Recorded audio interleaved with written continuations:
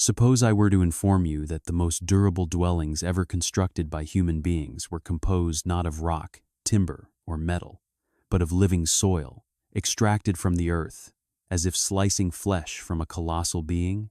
And imagine if these very structures sustained human life through winters so harsh that even present-day Alaskans would deem them uninhabitable. Today we explore the overlooked architectural brilliance of the North Atlantic Vikings. These were the individuals who mastered the construction of homes so resistant to storms, so well insulated, and so exquisitely suited to subarctic conditions that numerous examples remain intact after a millennium. However, a single mystery lies behind these homes, a mystery that archaeologists are just starting to decipher. When the initial Norse colonists arrived on Icelandic terrain circa 870 AD, they encountered a realm that no epic tale had ever equipped them to face. The winds here did not merely blow, they shrieked, cutting across the barren terrain with enough power to strip skin. Volcanic particles hung in the atmosphere like an unceasing tempest, covering garments, implements, and respiratory systems. Furthermore, winter devoured all sunlight. Days contracted into a murky twilight in which even flames seemed insignificant. Yet the harshest shock was the absence of something essential. There were no woodlands, no groves of trees, no massive logs to shape into beams, walls, or rafters. The core resources that embody the Viking building tradition. For a culture accustomed to vast timber structures, landing in Iceland resembled stranding contemporary construction workers on the lunar surface, and then requesting they erect a dwelling. Nothing worked as they anticipated. Nothing followed the principles they understood. Nevertheless, the Vikings refused to retreat. They would not allow the landscape to defeat them. Thus, they observed the wind, examined the soil, and gradually, step by step, they adjusted not by brute strength, but through an uncommon humility. They permitted the terrain to instruct them in survival. The realization that eventually dawned on the colonists was so straightforward and subtle that it seemed unbelievable they had missed it. The earth under their feet was not mere soil, not mud, not dirt, not refuse. It was living, not metaphorically but truly living. A thick network of roots compressed strata of organic material, with moisture trapped amid ages of vegetation and decomposition. Iceland's turf was a natural composite formed gradually by frigid winds and even colder seasons. It yielded, it respired, it retained heat like a live epidermis. For individuals in urgent need of housing, this was an epiphany. Present-day archaeologists analyzing turf strata have uncovered an amazing fact. Under specific circumstances, these age-old sod walls provide insulation comparable to contemporary fiberglass. Moreover, unlike timber, turf did not decay rapidly, did not distort in winds, and did not disappear when a vessel transporting lumber failed to arrive punctually. In the harsh North Atlantic environment, it was virtually a miraculous resource, costless, plentiful, renewable, and present all around them. Yet the Vikings realized that mere discovery was insufficient. A miracle holds no value without proficiency. Their requirement was not solely turf. They required engineering a method to transform biological soil into constructed form, durable enough to endure tempests, centuries, and the passage of ages. Sod homes were not hasty shelters assembled out of despair.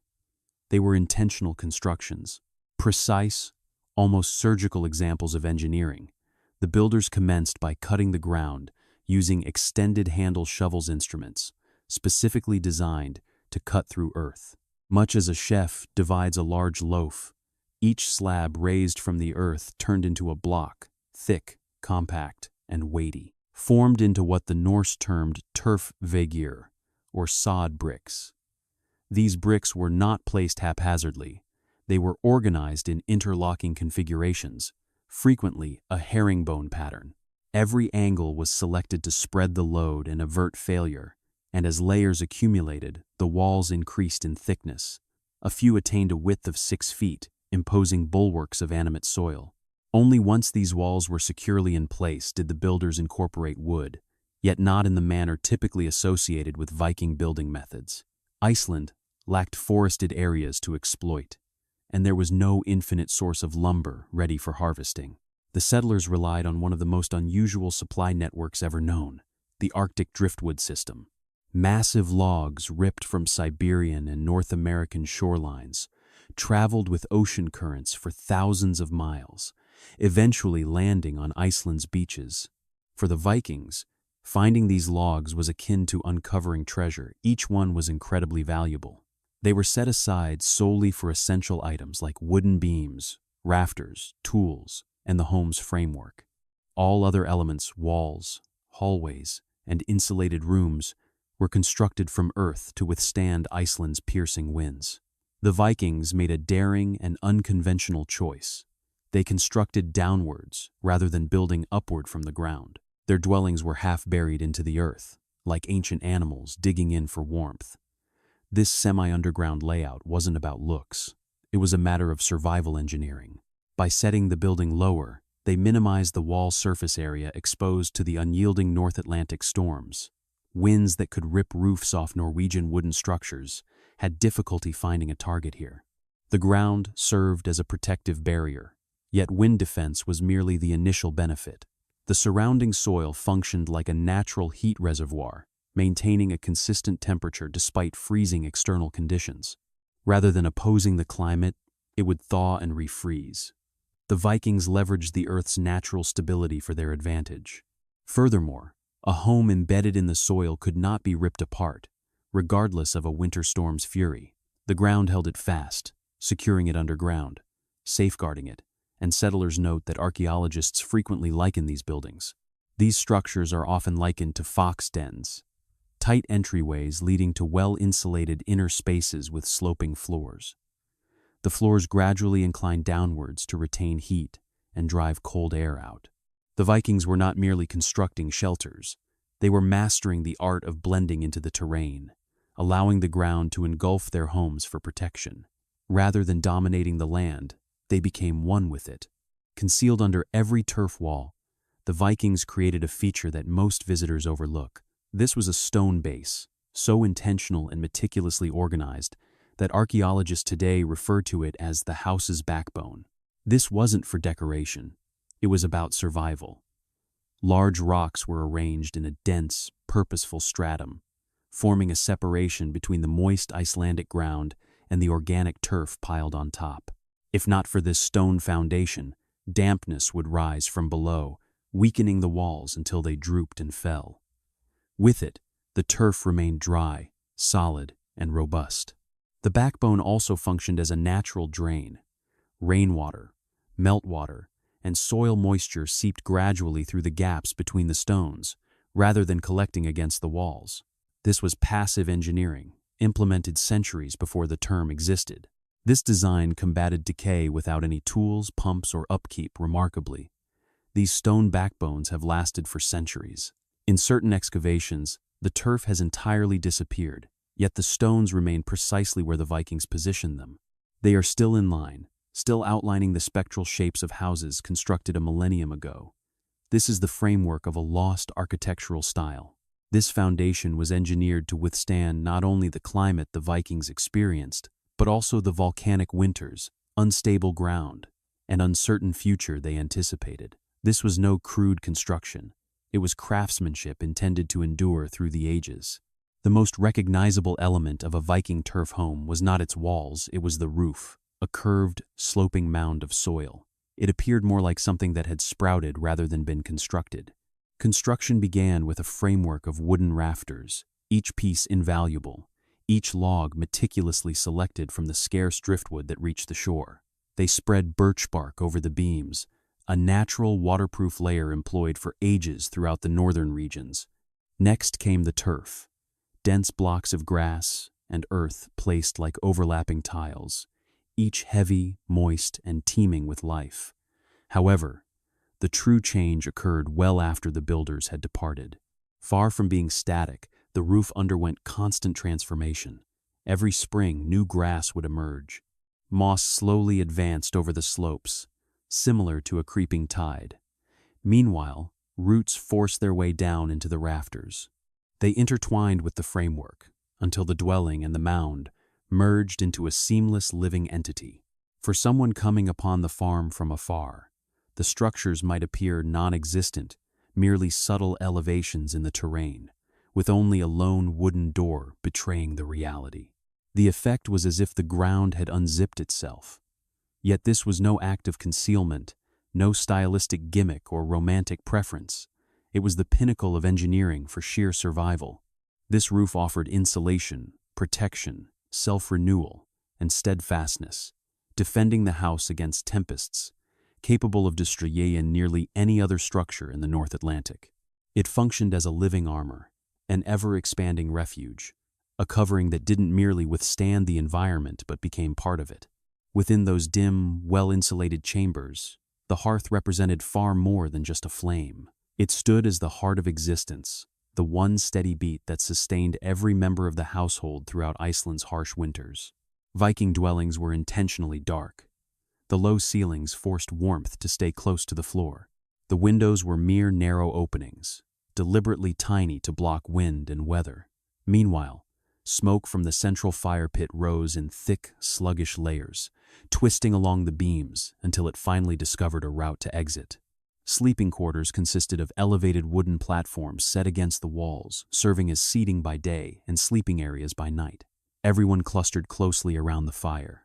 Relatives, guests, laborers, and even strangers who sought refuge during a blizzard. All residents occupied one common hall in a territory where outdoor cold could shatter bones and rob you of your breath. The warmth contained within those walls had the power to make you feel as if you were coming back to life. In this setting, existence condensed around one radiant focal point. Meals were prepared there, and tales were shared there. Implements got mended, disputes murmured, and youngsters soothed to slumber by the cadence of popping fire. However, the hearth offered not only coziness, but also a subtler danger. The same construction that held in warmth also held in smoke. Managing ventilation was an ongoing struggle. If you opened an air hole during a gale, you might put out the flames or allow snow to blow inside. Leaving it shut condemned everyone to hours of inhaling smoke that irritated the eyes and scraped the lungs. Within these houses, comfort and peril coexisted closely. The flame provided vitality, yet enduring its presence was a challenge in itself. Sod dwellings were exceptionally effective at retaining heat, outperforming nearly any other early building in the North Atlantic. Yet the very insulation that shielded inhabitants from deadly cold introduced a different peril, much more subtle and much less avoidable: smoke. In the fiercest winter blizzards, cracking a vent was a risky move. A lone blast might extinguish the fire, throwing the dwelling into icy blackness. Another strong breeze could force snow directly indoors, blanketing floors, bedding, and food supplies within moments. Consequently, households chose to keep the vents shut. Hours became days, days became months, and gradually the atmosphere inside these residences grew denser, not from suffocating smoke, but from a persistent, subtle mist. The sort that gradually stings the eyes, aggravates the throat, and lodges in the lungs with each inhalation. Modern archaeologists find clear evidence. Timbers inside excavated longhouses are saturated with soot, blackened from decades of confined smoke, and human bones from Viking-era Icelanders display indicators. These likely suggest long-term respiratory strain, a bodily record of entire generations who dwelled in structures that both heated and asphyxiated them simultaneously. These sod homes were their lifeline, shielding them from storms that could kill within moments and retaining warmth when the outside world became a frozen wasteland. Yet survival always demands a sacrifice, and for those early inhabitants, the cost was tallied not in battles or winters, but in every breath drawn within those smoke-filled earthen walls. A Viking turf homestead was far more than a single structure. It was a complete ecosystem, a collection of rooms, halls, and workshops, connected like organs in a living organism. At the heart stood the longhouse, a warm communal hub where families slept, conversed, and endured winter. Nearby was the dairy room, deliberately cool, with wooden tubs and stone shelves for storing milk, butter, and skyr. A pantry contained dried fish, smoked lamb, and precious grains. Animal stalls were built so close that the body heat from sheep, goats, and sometimes cattle helped warm the adjacent rooms. Weaving rooms existed where women spun wool into thread, and tool rooms where iron and driftwood were shaped into daily necessities. Small guest chambers were reserved for winter travelers who might perish if refused shelter. These spaces were linked by covered corridors or constructed so tightly together that even in a blinding blizzard, a person could move from one building to the next without losing their way or freezing mid-step. In a land where weather could erase pathways within minutes, this layout was not a matter of convenience, it was a matter of life and death. Each farm became a miniature world, a self-contained society hidden under layers of grass, snow, and volcanic ash. Here, countless tasks, roles, and routines played out under one interconnected roof. Yet despite their complexity, these homes shared a striking uniformity. From the outside, they all appeared as low grassy mounds with wooden doors, nearly indistinguishable from one another. 1,000 years ago, entire communities could vanish into the landscape and look almost identical. In Scandinavia, wealthy jarls proclaimed their status through architecture. Towering wooden halls, carved beams, imported timber, and brightly painted gables. Their power was visible long before they spoke. But in Iceland, that system collapsed upon arrival. Everyone lived beneath turf chieftains, farmers, craftsmen, and warriors alike, all sheltered under the same low grass-covered mounds from a distance. Their homes were almost identical: an earthen doorway, a sloping roof of living green, and walls built from the same handfuls of soil. Inside, differences existed. A prosperous household owned more livestock, more tools, more land. Yet from the outside, the angle presented to the world flattened hierarchy. The storm did not care who you were. The wind allowed no room for pride. The cold erased all visible signs of wealth. Under turf roofs, everyone appeared equal in death. Social class re-emerged in burials, which were rich with symbols: swords, beads, carved stones, and imported luxury goods. But in life, the environment forced a kind of equality that no king, council, or law code had ever achieved. Some historians argue this quiet architectural shift changed Icelandic society more than any saga admits. This leveling of status was built not by philosophy but by climate. Yet for all we have uncovered about these homes, one question from the beginning of our journey remains unanswered, a mystery buried just beneath the surface for centuries. Scholars once saw turf houses as crude, temporary, improvised shelters for people lacking timber, tools, and options. But modern science has rewritten that assumption. Thermographic imaging showed that turf walls do not just hold heat, they regulate it, releasing warmth slowly through the night, like natural insulation panels. Soil analysis revealed layered turf bricks acting as organic composites, with roots binding the structure, air pockets trapping heat, and moisture stabilizing temperature. When scientists constructed life-sized replicas, the outcomes were remarkable. A skillfully built turf home could surpass numerous early modern European wooden houses in terms of insulation and resistance to storms. Architects and environmental engineers alike paid attention. Today, some refer to these buildings as proto-earthships, early instances of dwellings that integrate earth, weather, and design into one cohesive system. Others view them as some of the earliest passive heating concepts, structures that work with nature instead of opposing it. However, the true mystery embedded within these walls is more than technical genius. It is forethought. The Vikings weren't merely constructing for their current climate, they were preparing for the one they anticipated. The real genius of turf homes resides in a subtle fact. These were not designed for the weather the Vikings experienced at the time. They were constructed for the weather that lay ahead. Starting in the late 1100s, the North Atlantic region was gradually moving into what is now known as the Little Ice Age, a prolonged, harsh era of chillier winters, fierce tempests, and briefer growing periods. Still, many centuries before the severe cold set in, Icelandic colonists were building dwellings that appeared almost clairvoyant in their architecture. These homes were heavily insulated, storm-proof, and half sunk into the ground, much like animal burrows. Preparing for a harsher existence, how could they have known? Was it ancestral wisdom from Arctic Norway, where countless generations had learned to interpret the wind and earth as if reading sacred texts? Did they detect delicate transformations in the landscape, a change in the ice, a compression of the seasons that contemporary minds might miss?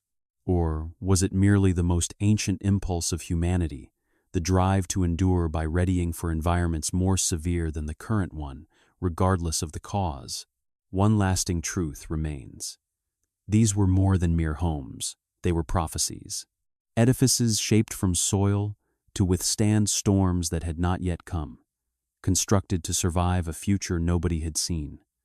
And remarkably, a great many of them succeeded. The Vikings who colonized Iceland were not merely fighters or adventurers, they were engineers interpreting climate and earth. They read wind and survival, as others read holy texts.